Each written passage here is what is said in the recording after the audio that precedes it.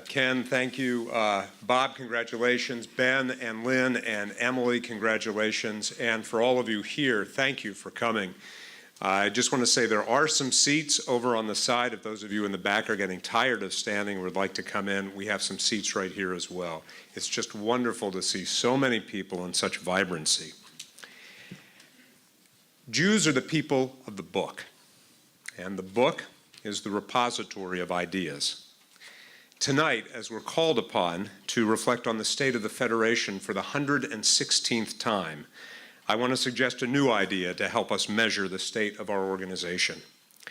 And that's the idea, an idea I spoke about at the Covenant Place groundbreaking, of the Jewish public sphere. For you see, I don't believe that there is any other true measure of the vibrancy of our organization than through the vibrancy of the Jewish public sphere that the Federation uniquely is responsible for creating, maintaining, and strengthening. The public sphere itself refers to the network of institutions that serve a community's public good. They secure the welfare of our community, ensure its continued flourishing, and do so on the basis of our shared values. The general idea of a public sphere is familiar to most Americans through the images that are part of our shared experience. The images of life in small New England villages and small towns along the Mississippi and Missouri rivers. It's been seared into our collective unconsciousness through the literary works of Tocqueville, Thoreau, and Twain, and the artistic works of Norman Rockwell and Missouri's own George Caleb Bingham.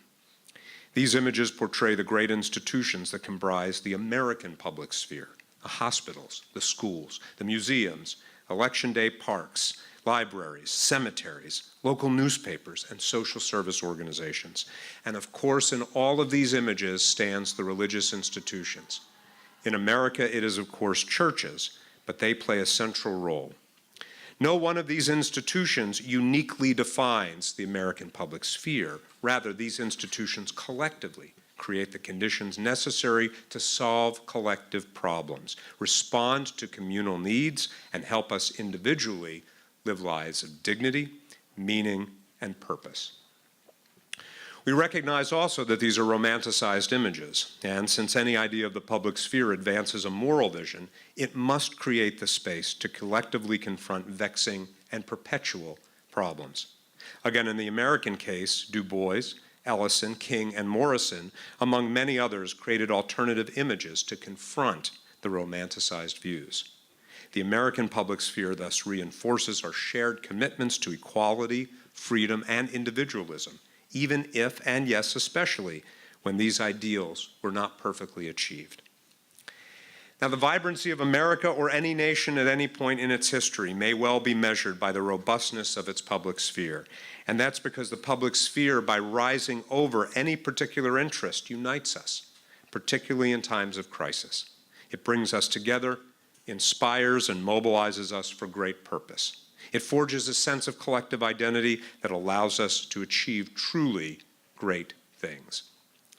Now, the Jewish public sphere works, in my view, in exactly the same way. It's the network of institutions that define our Jewish community, that express our shared values, that give voice to each of us as members, and that help us respond to the great challenges that we may face at any given time, whether a cemetery desecration, waning Jewish identity, engagement with Israel, or social service crises brought through any number of natural disasters like those now ravaging our world. Like the American public sphere, the Jewish public sphere refers not to the robustness of any single organization, but the power of the collective, the ability of community to respond in good times and bad to the challenges of our day. And just think of those institutions here in St. Louis and the historic role that the Federation plays in supporting and coordinating the general community infrastructure. On the Millstone campus alone, you'll find the resurgent Jewish Community Center, and what a pleasure to honor its CEO after such years of hard work, situating and after a Maccabi game last summer, just wonderful. A Jewish theater there, an early childhood education center. It even has a Shir Chadash, our community's only Reconstructionist congregation. You'll find Jewish Family and Children's Center, the Holocaust Museum and Learning Center that leverages our people's history to combat contemporary issues of tolerance, and diversity. The Federation has a community planning department and, as Harvey just mentioned, invested recently in community security as a function to support all of your agencies. And I'll say again what he said before, if you're part of any other organization, please make sure your leadership knows that Scott Biondo is a resource to help you plan should the worst ever occur.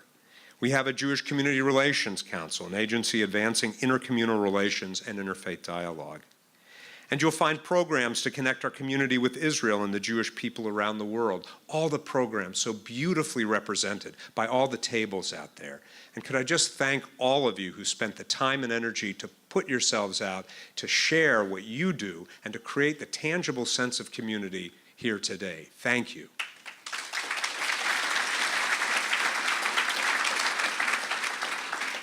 You'll also find the St. Louis Jewish Light, an independent newspaper supported by the Federation that for over 70 years has created, inspired, and informed our community, fostering a palpable sense of belonging to something larger than ourselves.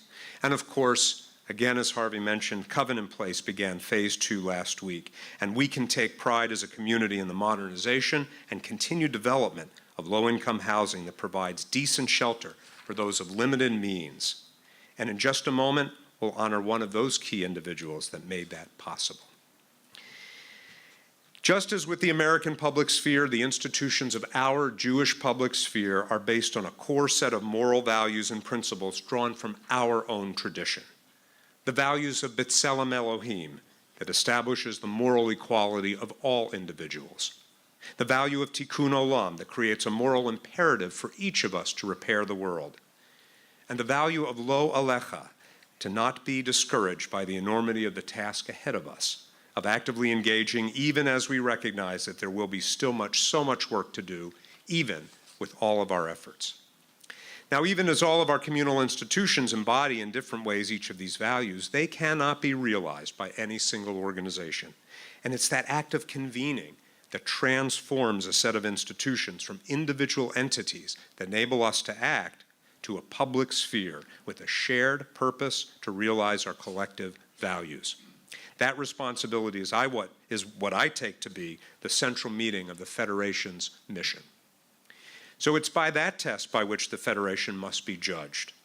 How our state is doing, how well it has established and maintained the conditions for collective action, for the flourishing of the Jewish community, the realization of our collective Jewish values, and to respond to emerging crises. And this past year has unfortunately seen an unprecedented number of assaults on our community. And through the work that you have supported, every one of you in this room, the Federation was able to be there to mobilize the very institutions, the network that we are here to support and create and maintain, both within and outside of our community, to transform them from a set of individual actors, a set of individual congregations, a set of individual organizations, into an overarching collaborative public sphere. So what's the evidence then of its strength? What's the evidence of how we're doing? What is the state of the Federation? I can do no better than simply show you right now.